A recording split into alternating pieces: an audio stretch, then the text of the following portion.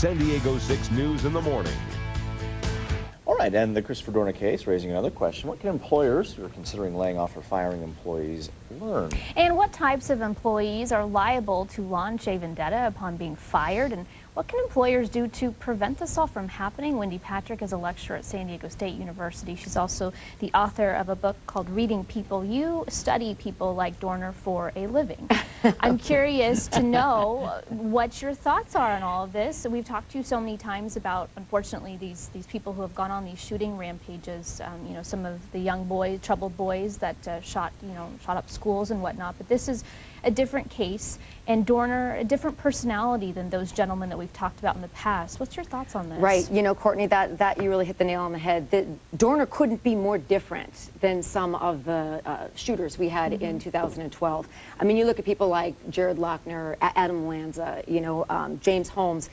The red flags that they exhibited, in retrospect, especially when we go back and look at, you know, what was wrong with them, was it mental illness? It couldn't have been more clear to those around them. Here we have a guy that by many accounts was described as always smiling, described as pleasant, described as warm, sensitive, intelligent.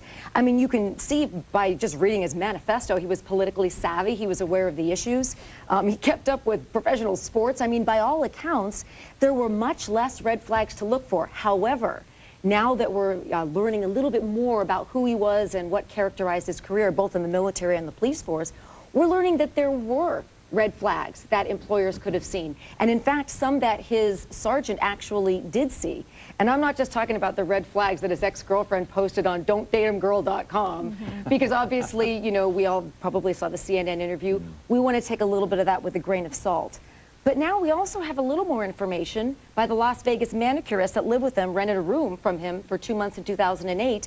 And she, too, corroborated some of what the ex-girlfriend saw. Lots of weapons lying around the house, yet a wall that you know, memorialized his awards, his photographs in uniform, basically corroborating this idea that his identity was completely tied up in his profession, which is why the firing hit him so hard.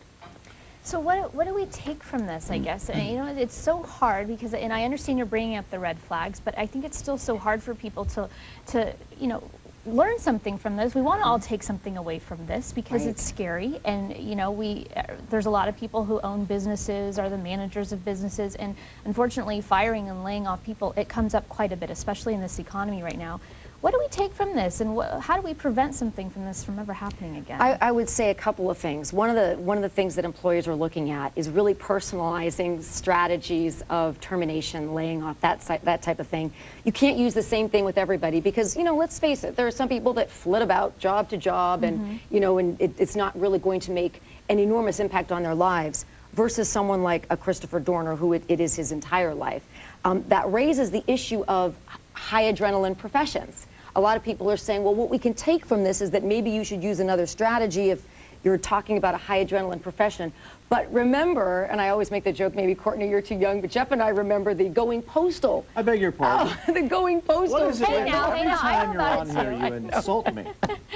You and I are in the same category, but we remember the going postal scandal, right? Yeah. And I mean, working for the post office, that's a very respectable, it's an honorable profession, but I'm not sure whether we would characterize it as high adrenaline. The bottom line is there's got to be something more that we take into account.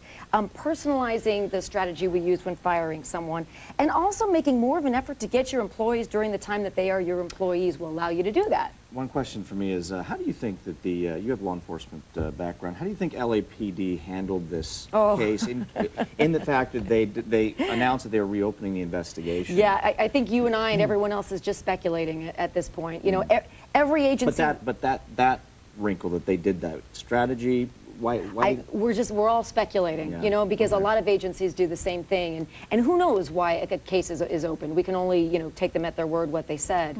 A lot of times in retrospect, we all almost want to take a second glance at, you know, could we have handled something different? Like the three of us are talking about this morning, could there have been something different that, that might have prevented this? Although in today's social media world, we all know that Mr. Dorner could have gotten his message out there without causing any casualties along the way. That is true. That is true. Wendy Patrick, thank you so much for joining us this morning. Always a pleasure. Thank you for coming in.